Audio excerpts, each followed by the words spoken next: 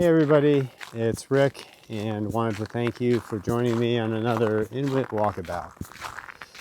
It's a very cold morning here in the Northeast. It's about 20 degrees out. I am walking in one of the local state forests this morning. Still a beautiful day. Let me give you a view of the path that I'm on. Sunny, a little bit of snow, but otherwise just the beginning of a long several months of cold. I wanted to talk a little bit today about the role that division plays in conflict. And it has many forms, but I wanted to kind of give you an example of one where established paths of progression, that really turn into division, as we'll see, really play a huge role in everything that we do. And the example that I want to share with you today is back in the day when I was in high school and I did a lot of athletics. Football was one of my favorite sports.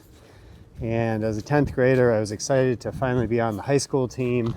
And, not particularly large at the time, not super tall, pretty lightweight, I would say, relatively speaking, about 150 pounds. So definitely not sort of somebody that a coach would look at and say, this guy's going to be great, anything like that. But nonetheless, I loved the sport and, I wanted to play varsity. My goal was I want to be a varsity player. And I knew I wasn't going to be a varsity player in 10th grade, but, I figured, there are progression steps, as I mentioned, from being a non-starter to a starter and, saying, all right, not varsity, but JV. So, 4 different progressions there, if you will. And my goal was to say, all right, I know I'm going to be a JV player, but I want to be a starter. And the season started and, the games, JV games, nobody really goes to them as spectators. You might get your parents if you're lucky. But the frustration for me started when, the coaches just, didn't see what I thought I saw in myself as far as being a worthy starter on JV. And, I wasn't starting at the beginning. And I was really frustrated by that because I felt like, I was good enough to be a starter, and why wasn't I? And so I started to, work hard during practice, but I also started to do, again, kind of nutty things on the side. At home, I found this, old military duffel bag, one of these big 3 or 4 foot long bags, and I stuffed it with clothes and towels, to kind of really fill it out and try to make it as heavy as possible.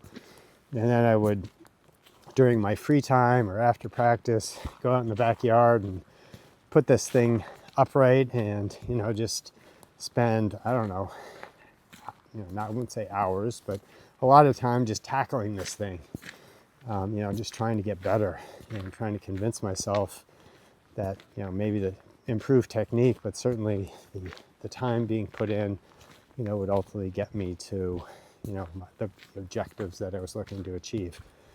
And I don't know that particular duffel bag exercise had anything really to do with it per se, but ultimately I did get a starting position on JV, and I was reasonably successful in my high school football career to make it as a varsity starting player my junior year, and continued to excel, I guess, in the competitive spirit and in the competitive dynamic that I was. So, what's the point of this? There's nothing right or wrong about having these divisions per se, or pursuing them and ultimately being successful. But I think the thing that I would like to point out is that there are so many different elements of division that exist in our daily lives, and without even paying attention, just kind of accepting them for what they are and playing the game of, sort of competitive advancement, if you will, or sort of the need to get to the next step, very often becomes the dominating factor that overshadows, the joy of whatever it is you're doing, or really sort of the functional intent of the activities. And you see it in sports. Through my example, look at other athletics, how it's always about not being satisfied where you are and always kind of playing in the space of what should be. I should be this, I deserve this, I need to advance. It's always looking forward into, an idea or concept rather than kind of staying in what actually is going on again, and you get lost. And it creates a lot of distress if you're not successful. And even when you are successful, it's not enough because there's immediately another goal, right? Well, you got this, and now I go to the next goal.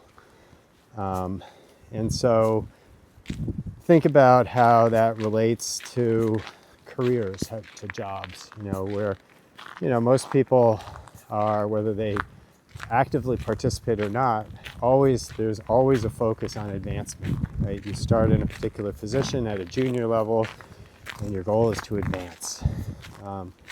And a lot of times, rather than, again, focusing on the joy of whatever it is you're doing, or the function of whatever it is you're supposed to accomplish, the target and the effort really goes towards getting to that next level. And you see that in academics as well. I've been in academic medicine pretty much my whole life, and I don't particularly enjoy participating in that, and I'm not really in the academic track. But everybody who is on that track is moving from, say, sort of the entry instructor level or assistant professor, going to associate professor and full professor.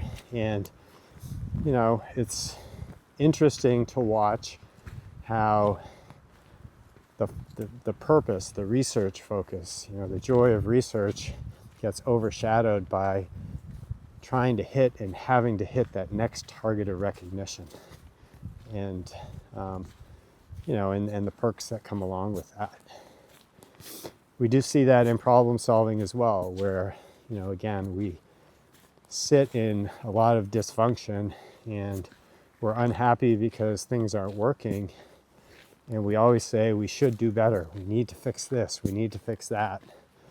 And we get caught in the what should be versus what is, and spend more time trying to create ideas of where we should go rather than looking at what we're actually doing and understanding that. And, basically based on that understanding, making progress for the sake of, just doing things better.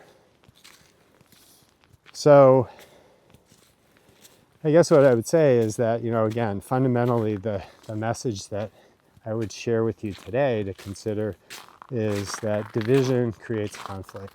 And division shows up many different ways, as, we'll see over the next posts.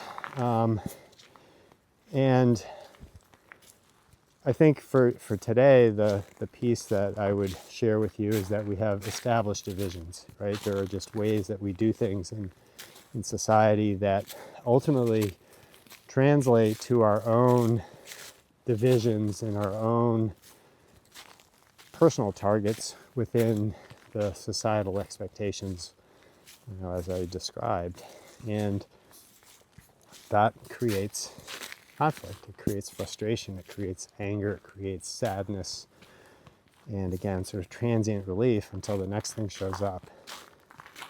So take a look around, as you go through your day, and just see how different things that, we do as, again, routines, always have this element of division and potential conflict behind them.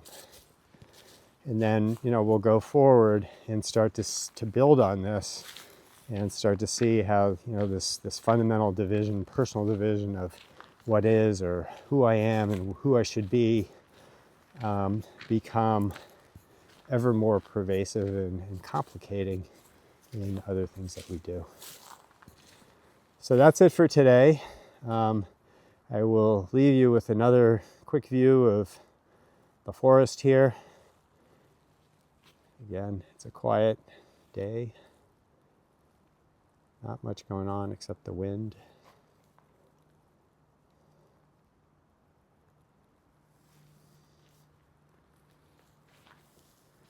I'm going to head back to the warmth and continue my day. I hope you all have a great day. And again, this is Rick with Inwyt Walkabout, and I will see you next time. Take care.